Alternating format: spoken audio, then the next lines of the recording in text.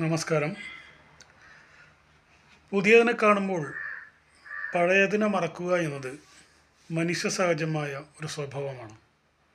അത് എന്തൊരു കാര്യവും അങ്ങനെ തന്നെയാണ്. പുതിയ ആളുകൾ വരുമ്പോൾ പഴയ ആളുകളെ നമ്മൾ വിസ്മരിച്ച് കളയും. പുതിയ സംഭവ വികാസങ്ങൾ ഉണ്ടാകുമ്പോൾ പഴയ സംഭവ വികാസങ്ങളെ നമ്മൾ വിസ്മരിച്ച് കളയും. പുതിയ വാർത്തകൾ വരുമ്പോൾ പഴയതിനെ നമ്മൾ വിസ്മരിച്ച് കളയും. അങ്ങനെ എന്തൊരു കാര്യവും എപ്പോഴും നമ്മൾ പുതുമയുടെ പിറകെയാണ്.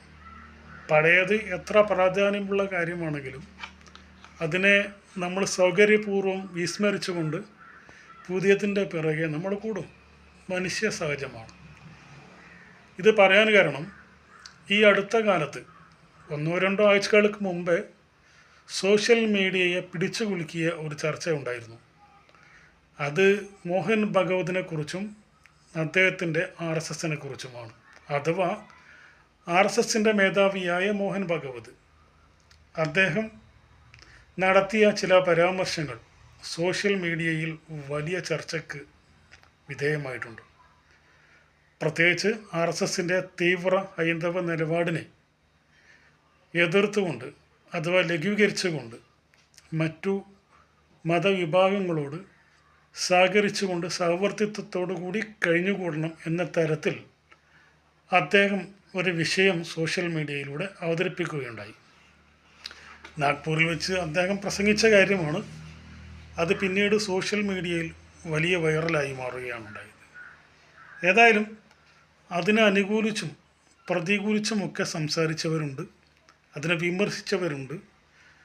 എന്നാൽ അദ്ദേഹത്തിൻ്റെ നിലപാടിൽ നിന്ന് ആശ്വാസവും സമാധാനവും കണ്ടെത്തിയവരുമുണ്ട്. അങ്ങനെ പോയി. എന്തോ ആവട്ടെ, ഏതായാലും ആ വിഷയം ദിവസങ്ങളോളം അല്ലെങ്കിൽ ആഴ്ചകളോളം സോഷ്യൽ മീഡിയയിൽ ചർച്ചയായിട്ട് നിലകൊണ്ടിരുന്നു. അങ്ങനെ ഇരിക്കെയാണ് മറ്റൊരു ചൂടുള്ള വിഷയം സോഷ്യൽ മീഡിയയിൽ വന്ന് പിടിമുറുക്കുന്നത്. അത് മറ്റൊന്നുമല്ല, നമ്മുടെ ചെമ്മണ്ണൂർ ജ്വല്ലേഴ്സിൻ്റെ ഉടമ ബോബി ചെമ്മണ്ണൂരും അദ്ദേഹത്തിൻ്റെ ജ്വല്ലറി ഉദ്ഘാടനം ചെയ്താൽ വന്ന സിനിമാ നടി ഹണി റോസിനെയും ബന്ധപ്പെടുത്തിയിട്ടുള്ള ഒരു വാർത്തയായിരുന്നു. അത് ഒരു സംഭവമായിരുന്നു. അത് ആ സംഭവത്തിന് പിന്നീട് സോഷ്യൽ മീഡിയയിൽ വലിയ സ്വീകാര്യത ലഭിച്ചു. അതിൻ്റെ ഫലമായി പഴയതിനെ എല്ലാവരും വിസ്മരിച്ച് കളയുകയും ചെയ്തു. പിന്നീട് സോഷ്യൽ മീഡിയയിലെ എല്ലാ ചർച്ചകളും ഈ ഒരു വിഷയത്തെ ചുറ്റിപ്പറ്റി തന്നെയായിരുന്നു. സ്വാഭാവികമായിട്ടും ഇതിൽ ബോച്ചയെ പിന്തുണച്ചുകൊണ്ട് രംഗത്ത് വന്ന ആളുകളുമുണ്ട്, ഹണി റോസിനെ പിന്തുണച്ചുകൊണ്ട് രംഗത്ത് വന്ന ആളുകളുമുണ്ട്. ഇതിൽ നമ്മൾ ഏത് പക്ഷത്താണ് നിൽക്കേണ്ടത് എന്നൊരു കൺഫ്യൂഷൻ വരെ ആളുകൾക്കുണ്ടായി. രണ്ട് പക്ഷത്തും നിന്നത് പ്രഗത്ഭന്മാരുമാണ്, അല്ലാത്തവരുമായ ആളുകളാണ് രണ്ട് പക്ഷത്തും നിലയുറപ്പിച്ചിട്ടുള്ളത്. വിവരവും വിദ്യാഭ്യാസവുമുള്ള അറിവുമുള്ള ആളുകൾ ഇരുപക്ഷത്തുമായി അണിനിരന്നുകൊണ്ട് ചർച്ച കൊടുമ്പിരി കൊള്ളിച്ചു എന്നുള്ളതാണ് വസ്തുത. ടെലിവിഷൻ ചാനലുകൾക്ക് ഇതൊരു വീണ് കിട്ടിയ കനിയായിരുന്നു. അന്തിച്ചർച്ചകളിലൊക്കെ ഈ വിഷയം വലിയ തോതിൽ ആളിക്കത്തിക്കുകയുണ്ടായി. നമ്മുടെ സംസ്ഥാനത്തിലെ വലിയ പ്രഗത്ഭന്മാരൊക്കെ ഇരുപക്ഷത്തുമായി അണിനിരന്നുകൊണ്ട് വലിയ വാഗ്വാദങ്ങൾ അങ്ങോട്ടും ഇങ്ങോട്ടും നടത്തുകയുണ്ടായി. സ്വാഭാവികമായിട്ടും ഇവിടെ നമ്മൾ ആരുടെ പക്ഷത്താണ് നിൽക്കേണ്ടത്? വ്യക്തിപരമായി എന്നോട് ചോദിക്കുകയാണെങ്കിൽ ഞാൻ സ്വാഭാവികമായിട്ടും ബോച്ചയെ പിന്തുണക്കും എന്നാണ് പറയുക. മറ്റൊന്നും കൊണ്ടല്ല, അദ്ദേഹം ഒരു മഹാപുരുഷനോ വിപ്ലവകാരിയോ ദാനശീലനോ ഒന്നും ആയതുകൊണ്ടുമല്ല. അദ്ദേഹം ബുദ്ധിമാനായ ഒരു ബിസിനസ്സുകാരനാണ്. എന്നിരുന്നാലും അദ്ദേഹത്തിന് കുറച്ച് ഗുണഗണങ്ങളുമുണ്ട്. അത് പറയാതെ പോകുക വയ്യ. കാരണം അദ്ദേഹത്തിൻ്റെ ചാരിറ്റി പ്രവർത്തനം തന്നെയാണ് പ്രധാനമായിട്ടും നമ്മളിവിടെ ഊന്നി പറയുന്നത്. അദ്ദേഹവുമായിട്ട് യാതൊരു ബന്ധവുമില്ലാത്ത ഏതൊരു വ്യക്തിയുടെ ചികിത്സയ്ക്ക് വേണ്ടി കാശ്മീർ മുതൽ കന്യാകുമാരി വരെ ഓടി അദ്ദേഹം പാട്ടപ്പിരിവ് നടത്തി വലിയൊരു സംഖ്യ സമാഹരിച്ചത് നമ്മൾ കണ്ടു. അങ്ങ് സൗദി അറേബ്യയിൽ ജയിലിൽ കഴിയുന്ന ഏതോ ഒരു സഹോദരന് വേണ്ടി അദ്ദേഹം ഇറങ്ങി പുറപ്പെടുകയും അദ്ദേഹം മലയാളികൾ ഒരിക്കലും പ്രതീക്ഷിക്കാത്ത വിധത്തിൽ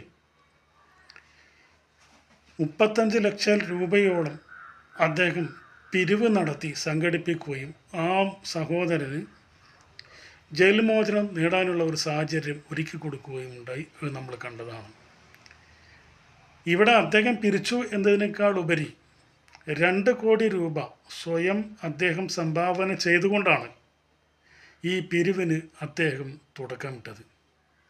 അതൊരു പ്രചോദനമായിട്ട് കൊണ്ടാണ് ലക്ഷക്കണക്കിന് മലയാളികൾ 1 രൂപ മുതൽ ലക്ഷം രൂപ വരെ സംഭാവന കൊടുത്ത് ഈ ഉദ്യമത്തിനെ വിജയിപ്പിച്ചത് എന്നൊക്കെ നമുക്ക് കാണാവുന്നതാണ്. അദ്ദേഹത്തിന് ഇതിൽ പല താല്പര്യങ്ങളും ഉണ്ടായിരിക്കും. അദ്ദേഹത്തിൻ്റെ പ്രശസ്തി, ബിസിനസ്സിൻ്റെ പ്രശസ്തി അല്ലെങ്കിൽ ബിസിനസ്സിൻ്റെ പരസ്യം, അങ്ങനെ പലതും ഉണ്ടായിരിക്കാം. എന്നിരുന്നാലും കേരളത്തിൽ എത്ര കോടീശ്വരന്മാരുണ്ട്? സ്വന്തം പോക്കറ്റിൽ നിന്ന്, അക്കൗണ്ടിൽ നിന്ന് 1 ലക്ഷം രൂപ കൊടുത്ത് ഇങ്ങനെയുള്ള ചാരിറ്റി പ്രവർത്തനങ്ങൾക്ക് തുടക്കം കുറിച്ചിട്ടുള്ള എത്ര കോടീശ്വരന്മാരുണ്ട്? അന്വേഷിച്ചാൽ നമുക്ക് കണ്ടെത്താൻ കഴിയില്ല. 10,000 15,000 അല്ലെങ്കിൽ 1 ലക്ഷമോ 2 ലക്ഷമോ കൊടുത്തവരുണ്ടാവും. 2 കോടി രൂപ അയാൾ എത്ര പണക്കാരനാണെങ്കിലും സ്വന്തം അക്കൗണ്ടിൽ നിന്ന് ഒരു വ്യക്തിക്ക് വേണ്ടി കൊടുത്തുകൊണ്ട് തൻ്റെ ചാരിറ്റി പ്രവർത്തനത്തിന് തുടക്കം കുറിച്ചു എന്ന് പറഞ്ഞാൽ അത് മഹത്തായ ഒരു കാര്യമാണ്. അപ്പോൾ ഈ ബോച്ച എന്ന് പറഞ്ഞൊരു വ്യക്തി ചിലപ്പോൾ തള്ളിപ്പൊളിയായിരിക്കാം, ദ്വയാർത്ഥം പ്രയോഗിക്കുന്നവനായിരിക്കാം. ഈ മീഡിയാസിൻ്റെ ക്യാമറ കണ്ണുകളിൽ അദ്ദേഹം പറഞ്ഞതായ ചില വാക്കുകൾ അത് തെറ്റായി തിരികപ്പെട്ടതായിരിക്കാം. ഏതായാലും അദ്ദേഹം കോടതി കയറി ജയിലിലും പോയി.